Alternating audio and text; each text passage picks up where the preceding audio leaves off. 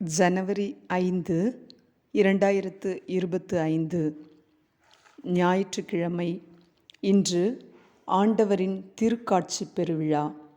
இன்றைய நற்செய்தி புனித மத்தேயு எழுதிய நற்செய்தி, அதிகாரம் 2, இறை வார்த்தைகள் 1 முதல் 12 வரை.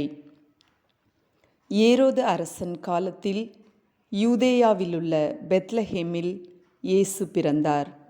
அப்போது கிழக்கிலிருந்து ஞானிகள் எருசலேமுக்கு வந்து, யூதர்களின் அரசராக பிறந்திருக்கிறவர் எங்கே? அவரது விண்மீன் எழக் கண்டோம், அவரை வணங்க வந்திருக்கிறோம் என்றார்கள். இதை கேட்டதும் ஏரோது அரசன் கலங்கினான். அவனோடு எருசலேம் முழுவதும் கலங்கிற்று.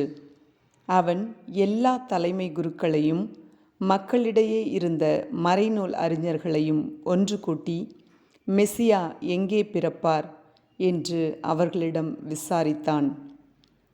அவர்கள் அவனிடம், யூதேயாவிலுள்ள பெத்லஹேமில் அவர் பிறக்க வேண்டும், ஏனெனில் யூதா நாட்டு பெத்லஹேமே, யூதாவின் ஆட்சி மையங்களில் நீ சிறியதே இல்லை, ஏனெனில் என் மக்களாகிய இஸ்ரவேலை ஆயரென ஆள்பவர் ஒருவர் உன்னிலிருந்தே தோன்றுவார் என்று இறைவாக்கினர் எழுதியுள்ளார் என்றார்கள். பின்பு ஏரோது யாருக்கும் தெரியாமல் ஞானிகளை அழைத்து கொண்டு போய் விண்மீன் தோன்றிய காலத்தை பற்றி விசாரித்து உறுதி செய்து கொண்டான்.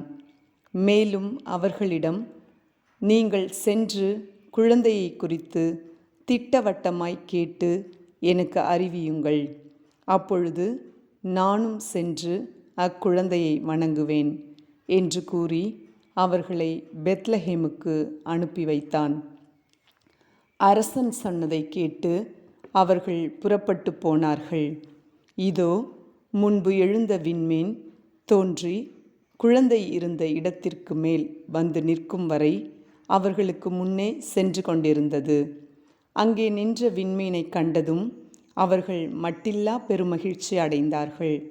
வீட்டிற்குள் அவர்கள் போய் குழந்தையை அதன் தாய் மரியா வைத்திருப்பதை கண்டார்கள்.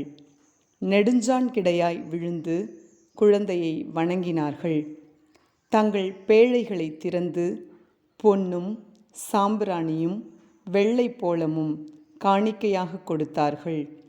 ஏரோதிடம் திரும்பி போக வேண்டாம் என்று கனவில் அவர்கள் எச்சரிக்கப்பட்டதால் வேறு வழியாக தங்கள் நாடு திரும்பினார்கள். இது ஆண்டவர் வழங்கும் அருள்வாக்கு. இறைவனுக்கு நன்றி.